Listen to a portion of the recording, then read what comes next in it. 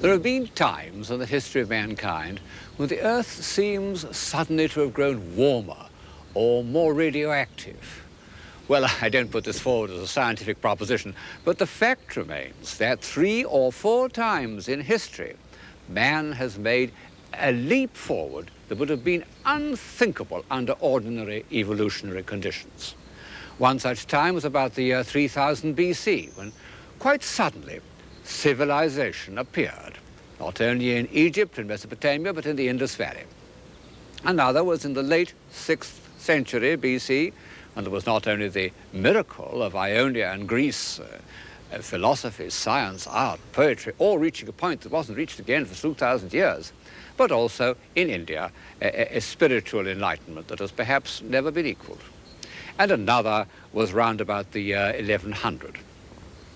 It seems to have affected the whole world, India, China, Byzantium, but its strongest and most dramatic effect was in Western Europe, where it was most needed. It was like a Russian spring.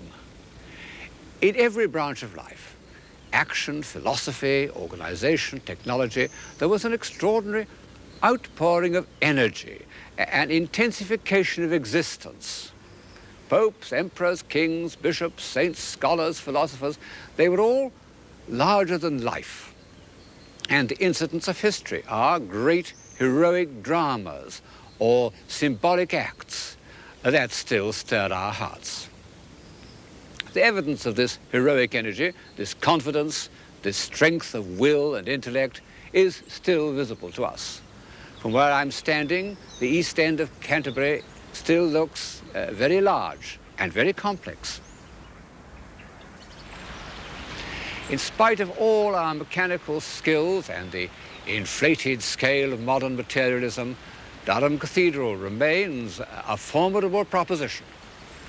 These great orderly mountains of stone rose out of a small cluster of wooden houses.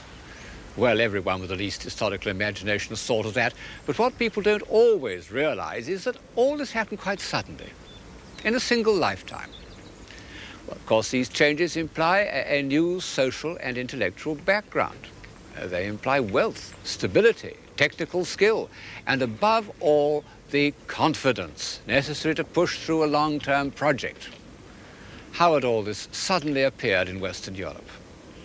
There are many answers, but one is overwhelmingly more important than the others: the triumph of the Church. It could be convincingly argued that Western civilization was basically the creation of the Church. In saying that, I'm not thinking for the moment as the Church as the repository of Christian truth and spiritual experience. I'm thinking of her as the 12th century thought of her as a power, ecclesia, sitting like an empress. And she was powerful for positive reasons. Men of intelligence naturally and normally took holy orders and could rise from obscurity to positions of immense influence. The Church was basically a democratic institution where ability, administrative, diplomatic, sheer intellectual ability made its way. And then the Church was international. The great churchmen of the 11th and 12th centuries came from all over Europe. Anselm came here from Aosta via Normandy to be Archbishop of Canterbury. Lanfranc had made the same journey starting from Pavia. It couldn't happen in the church or in politics today. One can't imagine 2 consecutive archbishops of Canterbury being Italian, but it could happen, and it does happen, in the field of science, which shows that where some way of thought or human activity is really vital to us, then internationalism is accepted unhesitatingly. This internationalism of the 12th century extended to architecture and sculpture. The master masons, who were both sculptors and architects, traveled all over Europe. Canterbury was built by a Frenchman, William of Sens. The extraordinary thing is that wherever they went, these masters seemed able to recruit a force of skilled workmen who carried out technical feats which seem infinitely beyond all that we know, or think we know, of the mechanical skill of the time. Fa sede fas ambulant, pene passo pari, prodigus non redimit, vitium avari. Virtu temperantia, quadam singulari, debet medium, ad utrumque vitium caute contemplari. Si legis memoras et iglam catonis, in quas scriptum legitur ambulat communis, cum ad anni gloriam animum disponis, supra cetera, primum hoc considerac visi dignus bonis, cum sin quotro quotrior omnibus abundas. They were inspired by the feeling that beyond all their hoisting and hammering, there was some great controlling intelligence based on mathematical laws, a human reflection of God, the great architect. This expansion of the human spirit was first made visible in the Abbey of Cluny, about 250 miles to the southeast of Paris. It was founded in the 10th century, but under Hugh Seymour, who was abbot from 1049 to 1109, it became the greatest church in Europe. A huge complex of buildings with a famous library in which was made the first translation of the Quran, the first attempt to understand the infidel instead of merely fighting him. Well, the buildings were destroyed in the early 19th century, used as a quarry, like Roman buildings, and only a part of the south transept remains where I'm standing now. But we've many descriptions of its original splendor. The Abbey Church alone was the size of a large cathedral, and on feast days the whole of the walls were covered with hangings. The floors were mosaic with figures like a Roman pavement. And of all its treasures, the most astonishing was a 7-branched candlestick of gilt bronze, in which the shaft alone was 18 feet high. Formidable piece of casting even today. Of all this, nothing remains. Only a few candlesticks later and much smaller. This is one of them. It's only about 18 inches high, but it's so full of detail that one can imagine it 18 feet. Although made for the Cathedral of Gloucester, it's a perfect example of Cluniac elaboration.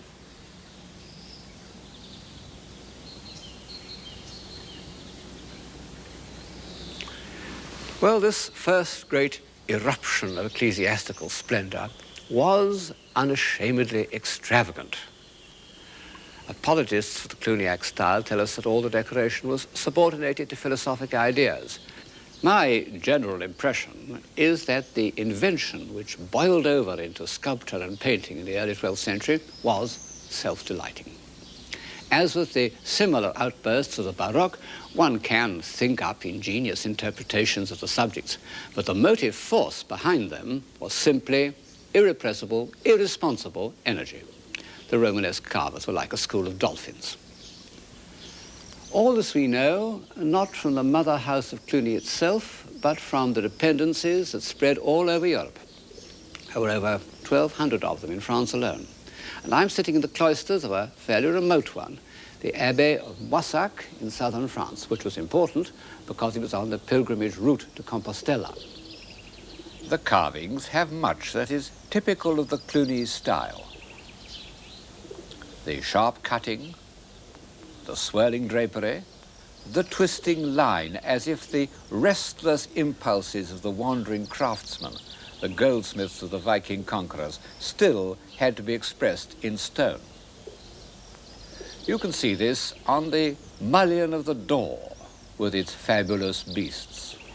When one considers that they were once brightly colored, because the Cluniac ornament seems all to have been painted, and the manuscripts show what kind of color it was, they must have looked even more fiercely Tibetan than they do today. And I can't imagine that even the medieval mind, which was adept at interpreting everything symbolically, could have found much in them of religious meaning.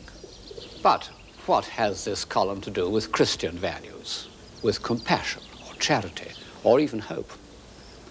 It's not at all surprising that the most influential churchman of his day, St. Bernard of Clairvaux, should have become the bitter and relentless critic of the Cluniac style. Some of his attacks are the usual Puritan objections, as when he speaks of the lies of poetry, words that were to echo through the centuries and become particular favorites in the new religion of science. But St. Bernard had an eye, as well as an eloquent tongue. And in the cloisters, he says, under the eyes of the brethren engaged in reading, what business have those ridiculous monstrosities, that misshapen shapeliness and shapely misshapenness, those unclean monkeys, those fierce lions, those monstrous centaurs, those semi-human beings? Here you see a quadruped with the tail of a serpent, there a fish with the head of a bird. In short, there appears on all sides so rich and amazing a variety of forms that it is more delightful to read the marbles than the manuscripts, and to spend the whole day in admiring these things piece by piece, rather than in meditating on the divine law.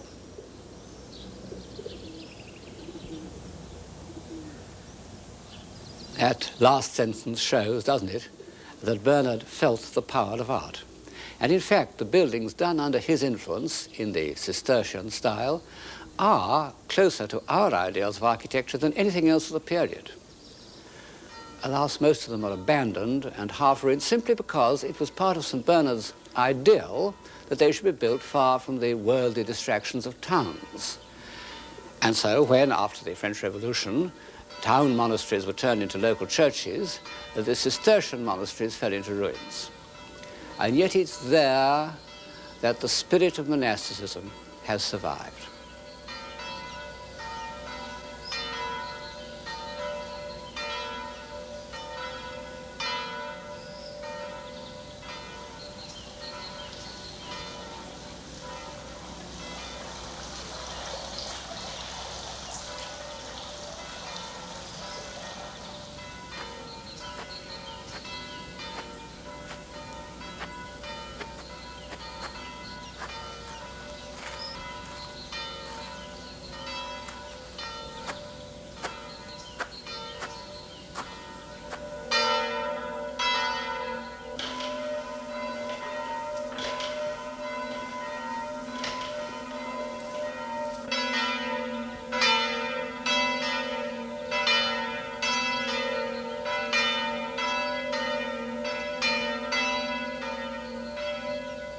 Ponebant quotidie ad portam templi que dicitur speciosa, ut peteret elemosinam ab introeuntibus in templum.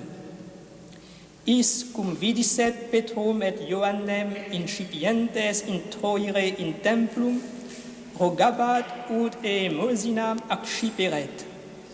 Intuens autem in eum Petrus cum Ioanne dixit: respice in nos, at ille intendebat in eos sperans se aliquid accepturum abeis.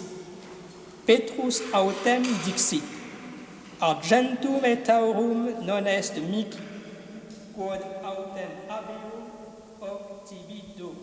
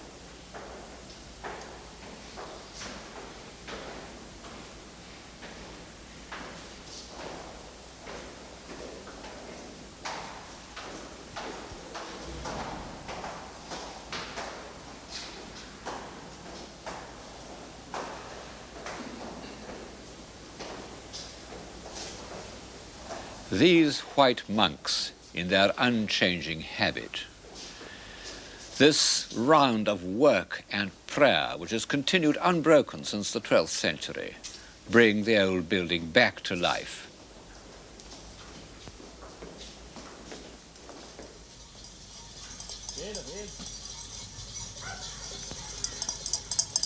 It's a way of life that is concerned with an ideal of eternity, and that is an important part of civilization.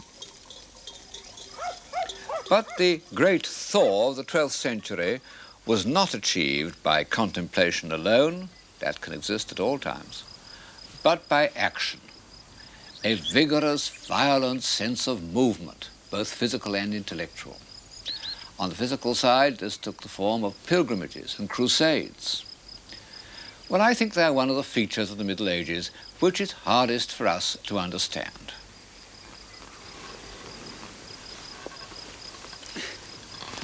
It's no good pretending that pilgrimages were like cruises or holidays abroad. For one thing, they took far longer, sometimes 2 or 3 years. For another, they involved real hardship and danger. In spite of efforts to organize pilgrimages, and Cluny ran a series of hostels along the chief routes, elderly abbots and middle-aged widows often died on the way to Jerusalem.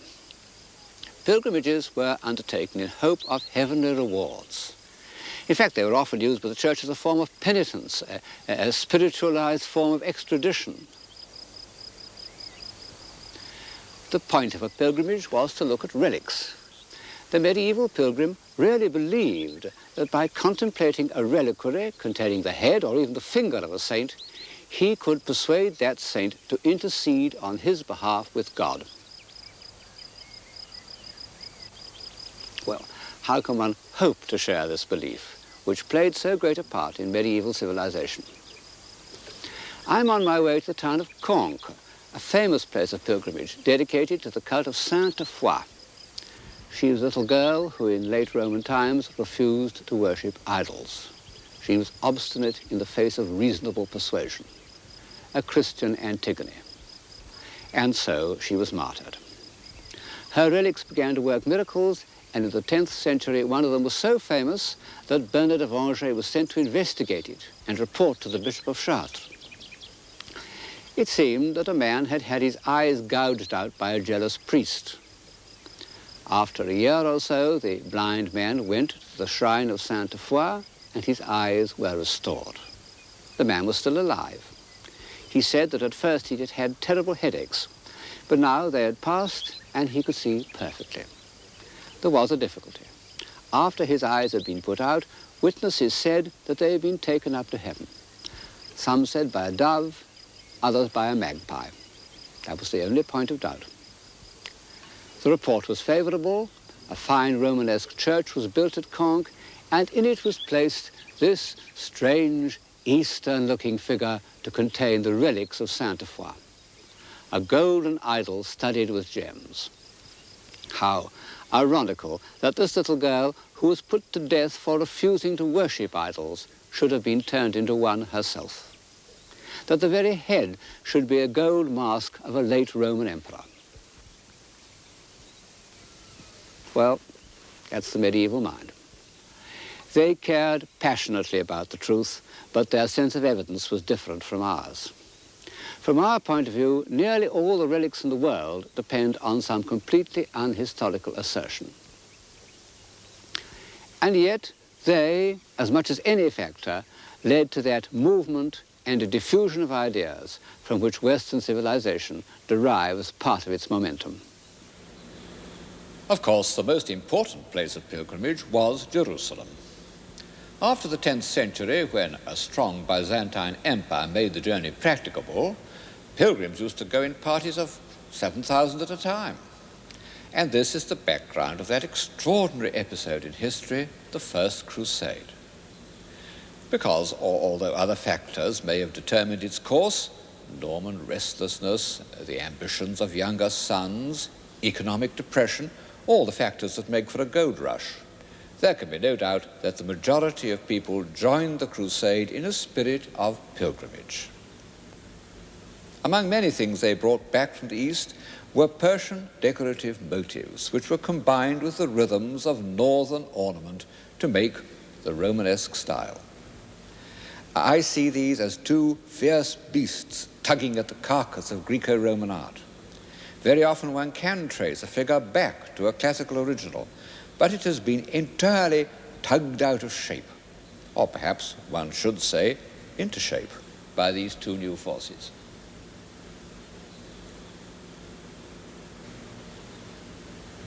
This feeling of tugging, of pulling everything to bits and reshaping it, was characteristic of 12th century art and was somehow complementary to the massive stability of its architecture. And I see rather the same situation in the realm of ideas. The main structure of the Christian faith was unshakable, but around it was a play of minds, a tugging and a tension that has hardly been seen since, and was, I think, one of the things that prevented Western Europe from growing rigid, as so many other civilizations have done. It was an age of intense intellectual activity. To read what was going on in Paris about the year 1130 makes one's head spin. And at the center of it all was the brilliant, enigmatic figure of Peter Abelard, the invincible arguer, the magnetic teacher. Abelard was a star. Like a great prize fighter, he expressed contempt for anyone who met him in the ring of open discussion. The older medieval philosophers, like Anselm, had said, "I must believe in order that I may understand." Abelard took the opposite course. "I must understand in order that I may believe." He said, "By doubting we come to questioning, and by questioning we perceive the truth." Strange words to have been written in the year 1122. Of course, they got him into trouble. Only the strength and wisdom of Cluny saved him from excommunication. He ended his days calmly in a Cluniac house, and after his death, the abbot of Cluny wrote to Eloise saying that she and Abelard would be reunited where, beyond these voices, there is peace.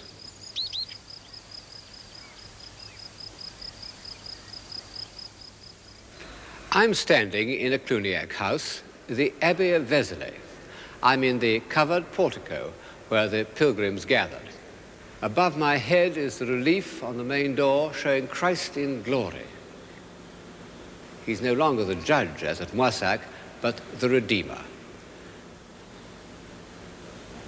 Vézelay's full of sculpture, on the doors, on the capitals, everywhere. But fascinating as this is, one forgets about it when one looks through the door at the architecture of the interior.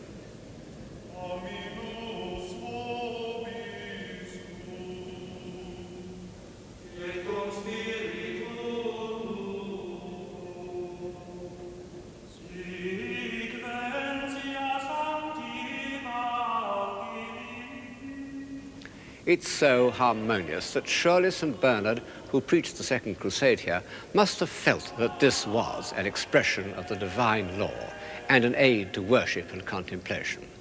It certainly has that effect on me. Indeed, I can think of no other Romanesque interior that has this quality of lightness, this feeling of divine reason. And it seems inevitable that the Romanesque should here merge into a beautiful early Gothic.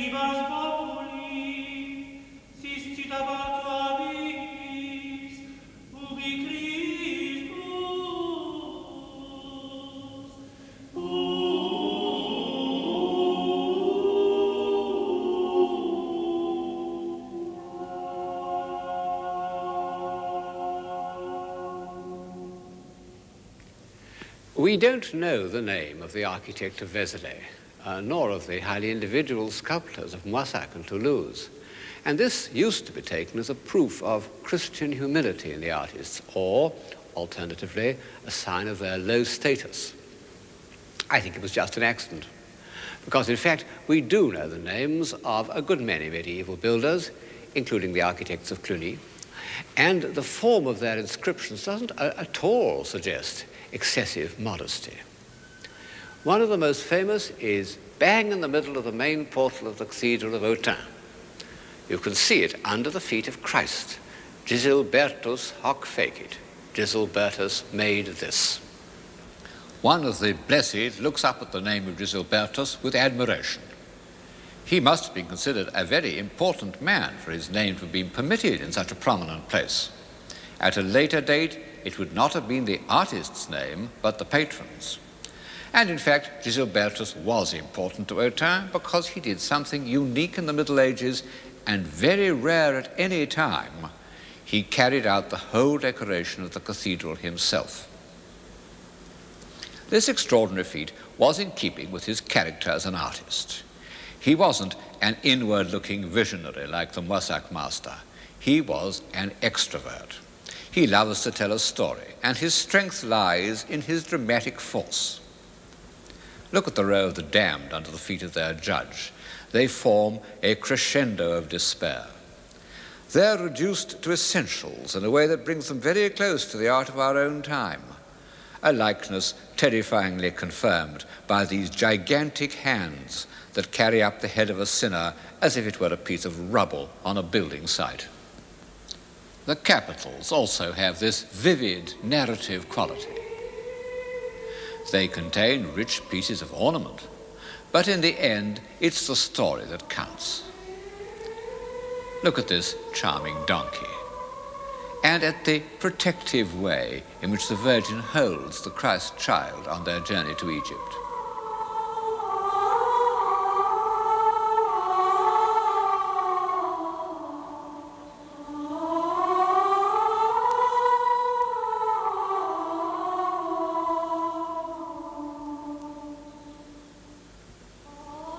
Even in this abstract-looking design of the three kings asleep under their magnificent counterpane, what matters is the angel's gesture and the delicate way he places one finger on the hand of a sleeping king.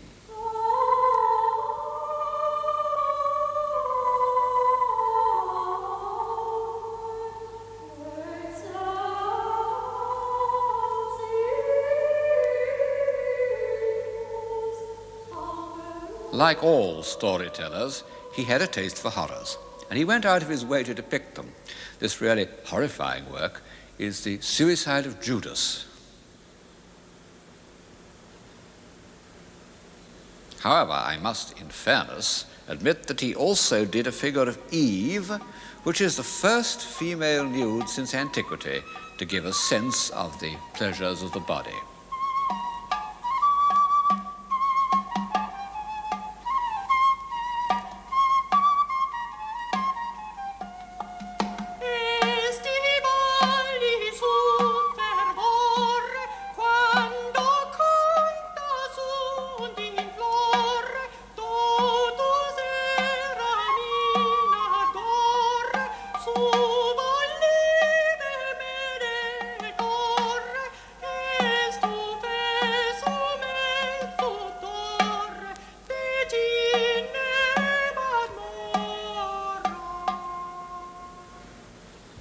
The work of Gisilbertus was finished in about 1135, and by that time a new force had appeared in European art, the Abbey of Saint-Denis.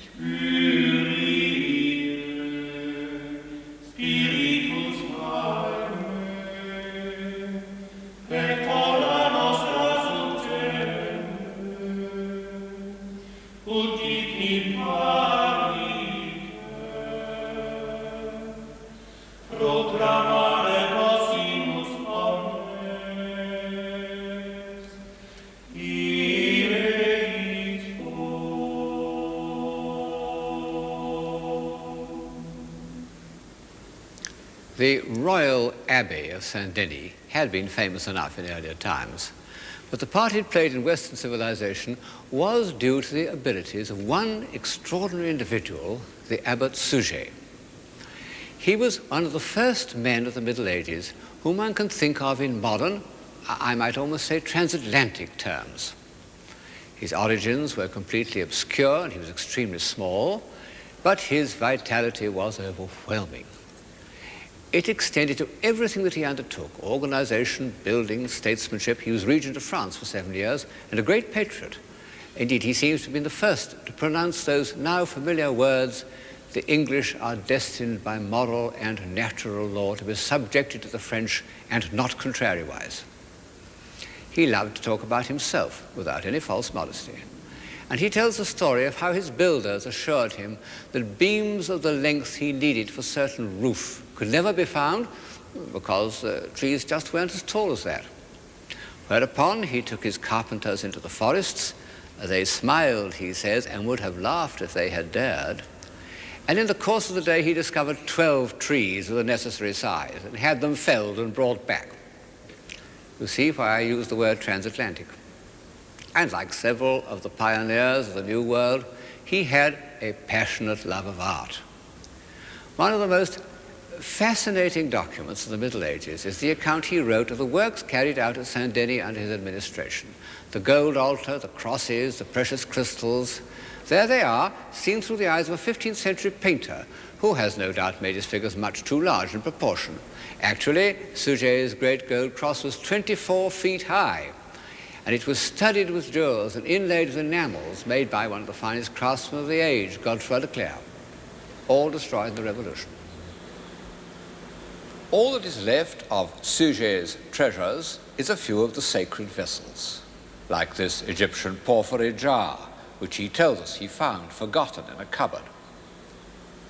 Suger's feeling for all these objects was partly that of a great collector, love of brightness and splendor and antiquity, and a love of acquisition. But he was not merely a collector. He was a creator. His work had a philosophic basis that is very important to Western civilization. Suger accepted the belief that we could only come to understand the absolute beauty, which is God, through the effect of precious and beautiful things on our senses. He said, "The dull mind rises to truth through that which is material." Well, this was really a revolutionary concept in the Middle Ages. It was the intellectual background of all the sublime works of art of the next century, and in fact has remained the basis of our belief in the value of art until today. In addition to this revolution in theory, Suger's Saint-Denis was also the beginning of many new developments in practice, in architecture, in sculpture, in painted glass. But one can still see that Suger introduced, perhaps really invented, the Gothic style of architecture. Not only the pointed arch, but the lightness of high windows, what we call the clear story. Bright, he says, is the noble edifice that is pervaded by new light. And in these words, he anticipates all the architectural aspirations of the next 200 years. Alas, the exterior of Saint-Denis doesn't look too bright today. It's been knocked about and restored and is now engulfed in a squalid industrial suburb. To form any notion of its first effect on the mind, one must go to Chartres.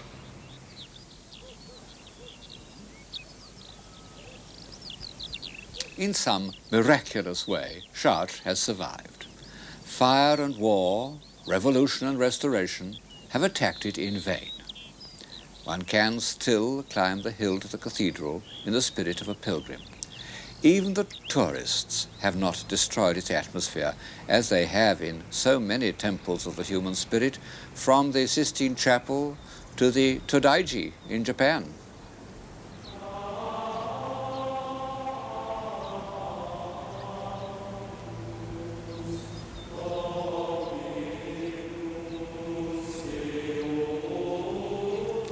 The South Tower is still more or less as it was when it was completed in the year 1164. It's a masterpiece of harmonious proportion. Was this harmony calculated mathematically?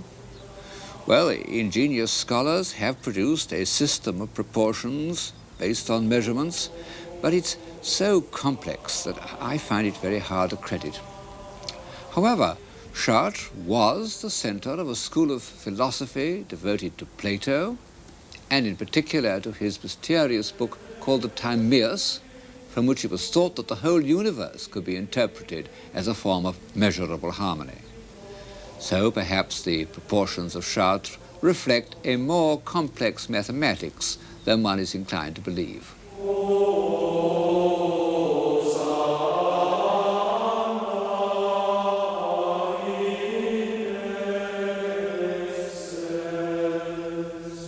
Chartres contained the most famous of all relics of the Virgin, the actual tunic she had worn at the time of the Annunciation. From the first, this relic had worked miracles, but it was only in the 12th century that the cult of the Virgin began to appeal to the popular imagination. I suppose that in the earlier centuries, life was simply too rough. At any rate, if art is any guide, and in this series I am taking it as my guide, the Virgin played a very small part in the minds of men during the 9th and 10th and even the 11th centuries. The Romanesque churches we've been looking at were dedicated to saints whose relics they contained, Saint Etienne, Saint Lazarus, Saint Denis, Saint Mary Magdalene, none of them to the Virgin. Then, after Chartres, almost every great church in France was dedicated to her. Paris, Amiens, Reims, Rouen, Beauvais. What was the reason for this sudden change? Well, I think the cult of the Virgin must have come from the East, because all the early representations of the Virgin as an object of devotion are in a markedly Byzantine style. This is a page from a manuscript from Citeaux, the community of St. Bernard.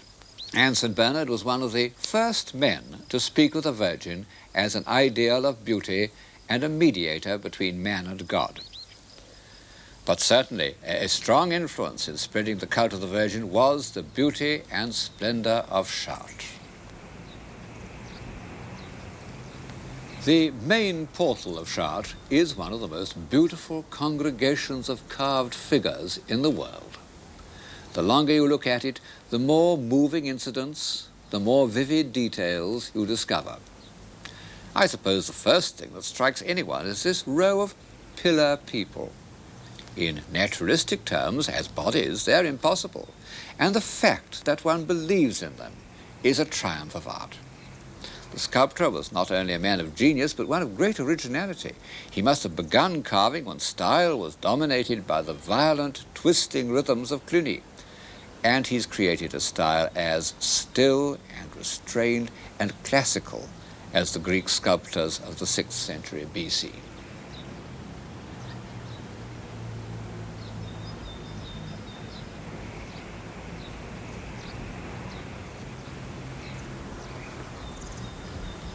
But was it really Greek?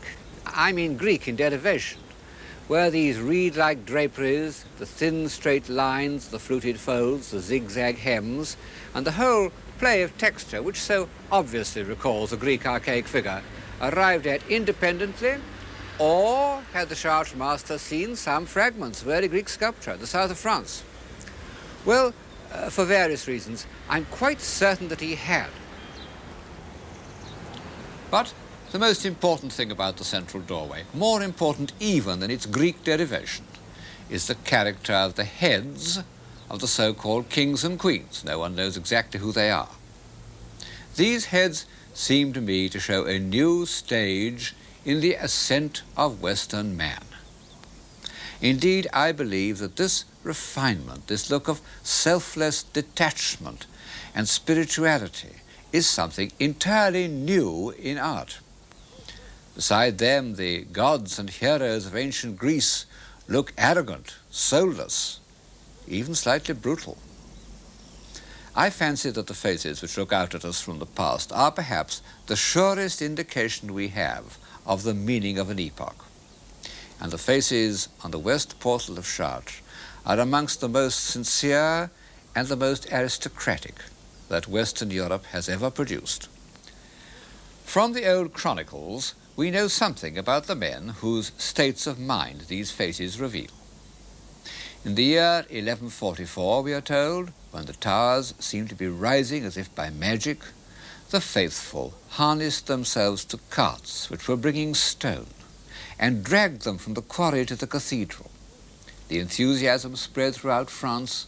Men and women came from far away, carrying heavy burdens of provisions for the workmen, wine, oil, corn.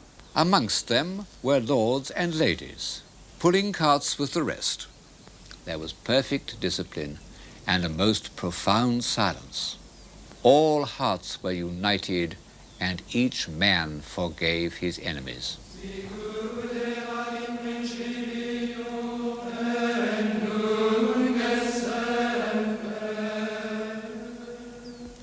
Its very construction was a kind of miracle.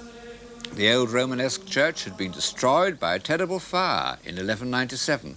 Only the towers and the west front remained. And the people of Chartres feared that they had lost their precious relic. Then, when the debris was cleared away, it was found intact in the crypt. And the Virgin's intention became clear, that a new church should be built, even more splendid than the last. The building is in the new architectural style to which Suger had given the impress of his authority at Saint-Denis, what we call Gothic. Only at Chartres the architect was told to follow the foundations of the old Romanesque cathedral, and this has meant that the Gothic vaulting had to cover a space far wider than ever before. It was a formidable problem of construction, and in order to solve it, the architect has used the device known as flying buttresses, one of those happy strokes where necessity has led to an architectural invention of marvelous and fantastic beauty.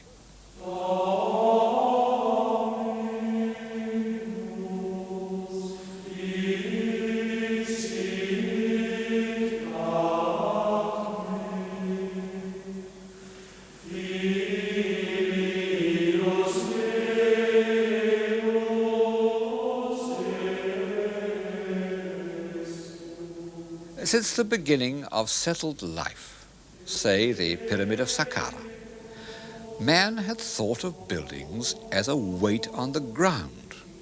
He had always found himself limited by problems of stability and weight. In the end, it kept him down to the earth. Now, by the devices of the Gothic style, the shaft with its cluster of columns passing without interruption into the vault, and the pointed arch, he could make stone seem weightless, the weightless expression of the spirit. By the same means, he could surround his space with glass. Suger said that he did this in order to get more light, but he found that these areas of glass could be made into an ideal means of impressing and instructing the faithful. Man may rise to the contemplation of the divine through the senses. Well, nowhere else, I think, is Suger's favorite saying so convincingly illustrated as it is in Chartres Cathedral. As one looks at the painted windows which completely surround one, they seem almost to set up a vibration in the air.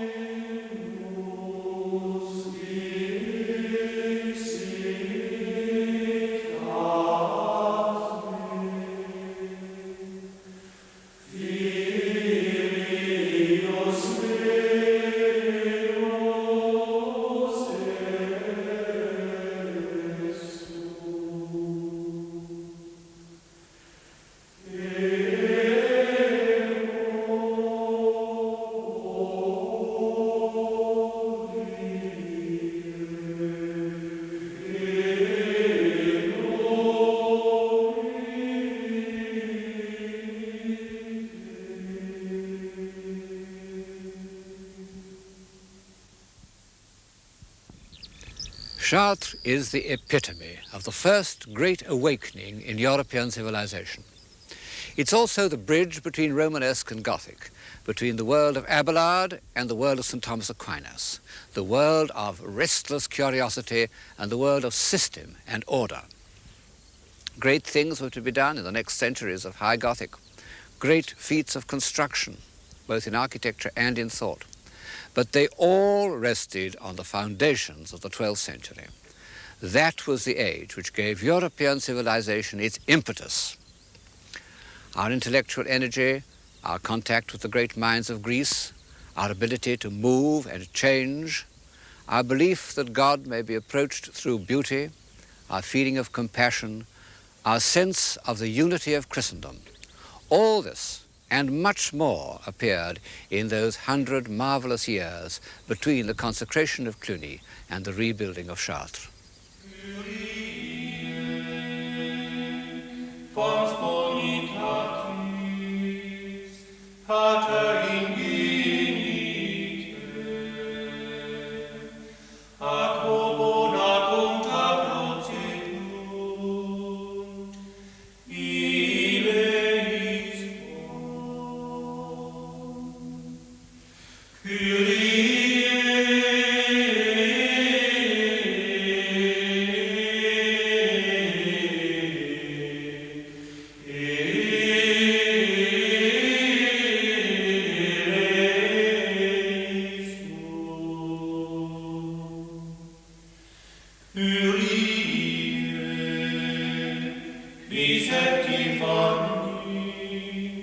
Canzona